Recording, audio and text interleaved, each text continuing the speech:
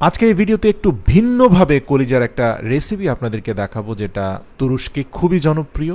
এক্ষেত্রে গরুর লিভারের উপরে থাকা সারফেসটাকে টেনে ভিতরের লিভারের মাংসগুলোকে আলাদা করা হয় এবং তারপরে সেগুলোকে স্কোয়ার সাইজে ছোট ছোট টুকরো করে দুধের মধ্যে টানা 6 থেকে 7 ঘন্টা ভিজিয়ে এটাকে মেরিনেশনের জন্য রেখে দেওয়া হয়।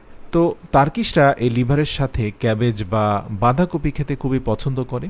আর আপনারা জানেন যে বাঁধাকপি পাকস্থলীর আলসার ও পেপটিক আলসার প্রতিরোধ করে, এছাড়া রক্তের শর্করা কমাতেও সাহায্য করে। এতে কিন্তু হার্ট অ্যাটাকের ঝুঁকি কমে যায়। তো প্রিয় দর্শক, ভিডিওতে দেখানো প্রসেসে বাঁধাকপিকে কুচি কুচি করে কেটে পানিতে ভিজিয়ে রাখা হচ্ছে এবং তারপরে আরেকটি পেঁয়াজকে কুচি কুচি করে একটা প্যানের মধ্যে তেলে ভালোভাবে নেড়ে চেড়ে তার সাথে যুক্ত করা হচ্ছে রসুন এবং গ্রাইন্ড করা গাজর।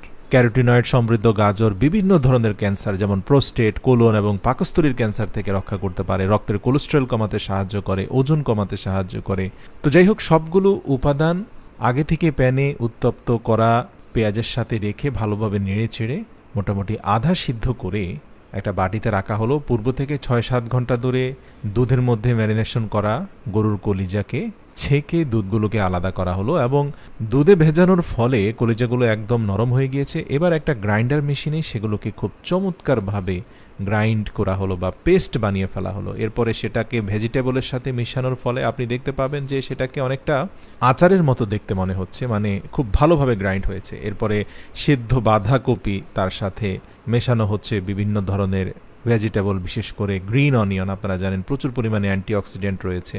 সাথে যুক্ত করা হচ্ছে ধনিয়া পাতা এবং কিছুটা পরিমাণ ওটসকে গ্রাইন্ড করে সেটাকে একদম মিহি করে ওটস ফ্লাওয়ার বা ওটসের আটা, তার সাথে আরও 3টি ডিমকে ভেঙে প্রয়োজনীয় মশলা দিয়ে তৈরি করা হলো খুব চমৎকার হেলদি লিভার পেস্ট।